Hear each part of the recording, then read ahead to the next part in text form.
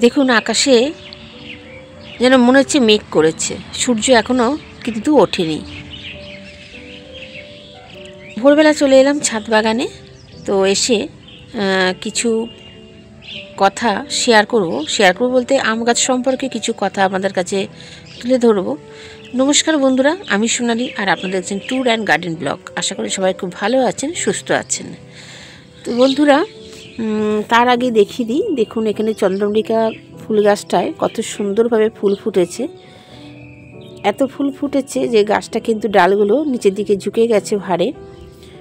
এটা আমার গত বছরের চন্দ্রমল্লিকা গাছ।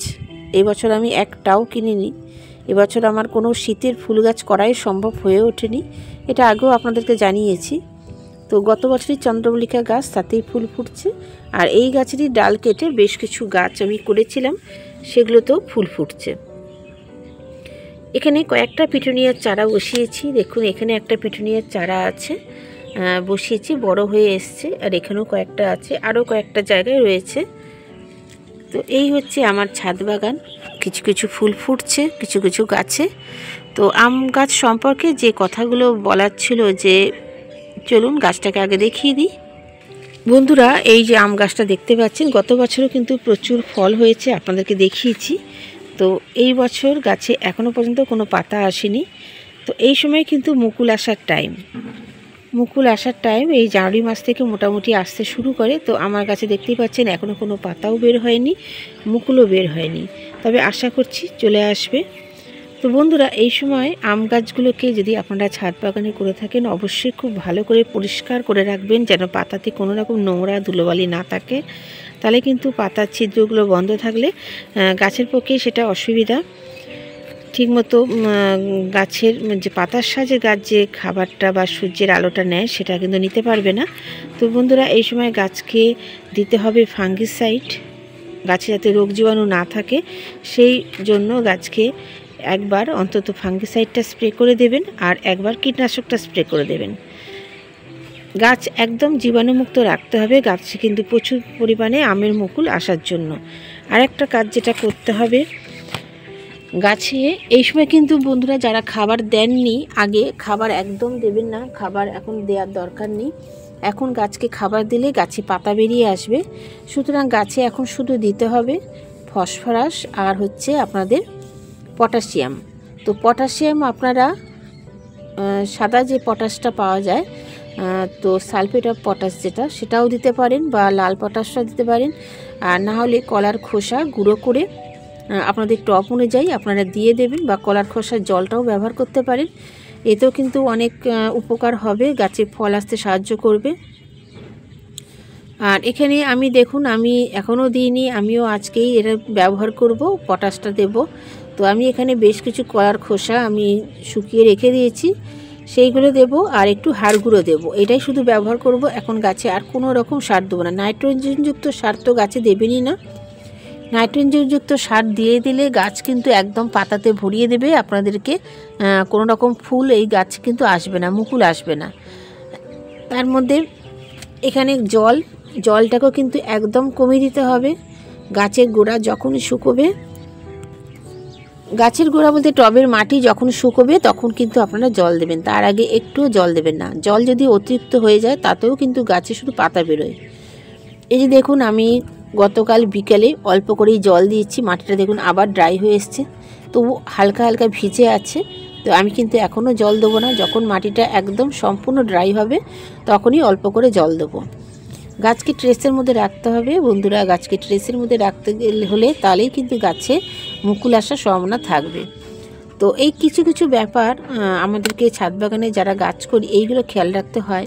এইগুলো খেয়াল করলেই কিন্তু গাছে ভালো মতো মুকুল আসে। তো গত বছরও আমার এই গাছটা প্রচুর পরিমাণে মুকুল এসছে, ফলও প্রচুর হয়েছে। যারা আমার নিয়মিত ভিডিও দেখেন তারা অবশ্যই জানবেন যে গাছে প্রত্যেক বছর আমার এই গাছটাতে আম ধরে। তো বন্ধুদের তাই একটা কথাই বলার ছিল, যে এখনও পর্যন্ত যদি মুকুল চলে আসে, আর অনেকের আছে কি হয় শীতের এই সময়টা করে অনেক তাড়াতাড়ি গাছে মুকুল চলে আসে। তো আগে মুকুল চলে এলে তো আপনারা এই সময় গাছে যতক্ষণ না মুকুলটা ফোটে, ততক্ষণ একটু ফাঙ্গিসাইডটা আর একটা কীটনাশক স্প্রে করতে পারবেন। কিন্তু মুকুল চলে আসার পর যদি মুকুল ফুটতে শুরু করে সেই সময় কিন্তু আর কোনো রকম কীটনাশক বা ফাঙ্গিসাইড স্প্রে করা যাবে না। তাহলে কিন্তু পরাগণে অসুবিধা হবে, যে আমাদের উপকারী বন্ধুরা প্রজাপতি, মৌমাছি এরা এসে ফুলের মধু খাওয়ার জন্য বসে, তাদের সাহায্যে কিন্তু পরাগ মিলনটা হয়। তো সেই সব উপকারী বন্ধুরা কিন্তু আমাদের এইসব ফুলে এসে বসবে না। তো সেই কারণে কোনো রকমভাবেই ফুল ফোটা যে কোনো গাছ, শুধু আম গাছ বলবো না, লেবু বলুন, জামরুল বলুন, যে কোনো ফলের গাছে যখন মুকুল চলে আসে ফোটার টাইমটায় কোনো সময় কীটনাশক বা ফাঙ্গিসাইডটা স্প্রে করবেন না। যখন আবার আমের গুটি দাঁড়িয়ে যাবে, মোটামুটি মটর দানার আকারের হয়ে যাবে, সেই সময় কিন্তু আবার একবার কীটনাশক আর ফাঙ্গিসাইডটা স্প্রে করা দরকার হয়। কিন্তু দেখুন এখন গাছে আমের মুকুল আসেনি, তো এই সময় আমি একবার আমার আম গাছে স্প্রে করে দিয়েছি ফাঙ্গিসাইড আর কীটনাশক, আর মুকুলটা আসার পরে আরেকবার করব। তো সেই সময় আপনাদের সাথে আবার শেয়ার করে নেব গাছে মুকুলটা আসার পরে। তো এখন আমার গাছেও মুকুল আসেনি, আমার গাছে মুকুলটা একটু দেরি করেই আসে। আর এখানে আমি যে ব্যবস্থাটা করব, এখানে আমি একটু সার বলতে যেটা বললাম, পটাশ সারটাই বেশিরভাগ দেবো, আর একটু ফসফরাস দেবো, ব্যাস আর কিচ্ছু দেবো না এখানে। আর কলার খোসার লিকুইড সারটা সেটা আমি দিয়ে যাব, অন্তত সপ্তাহে একবার করে লিকুইড সারটা আমি দিয়ে যাব, কারণ ওই সারটা আপনি বরাবরই দিতে পারবেন, কোনো অসুবিধা হবে না। তো বন্ধুরা তার সাথে চলুন আরও কিছু গাছ আপনাদেরকে দেখিয়ে দিচ্ছি। ভোরবেলায় আসার সুযোগটা এখন খুব কম হয়ে গেছে আমার, এখন সেইভাবে আসতে পারি না, তবু চেষ্টা করি সুযোগ পেলে এই ছাদে আসার। এখানে টমেটো গাছগুলি দেখুন, সবকটা গাছে মুকুল চলে এসেছে, সবকটা গাছে ফুল এসছে, গাছগুলো বেশ বড় বড় হয়ে গেছে। আর এখানে কয়েকটা রসুন গাছ আমি লাগিয়েছিলাম, রসুন গাছগুলো ওখানে বড় হচ্ছে। দেখুন এখানে রসুন গাছ কয়েকটা লাগানো আছে।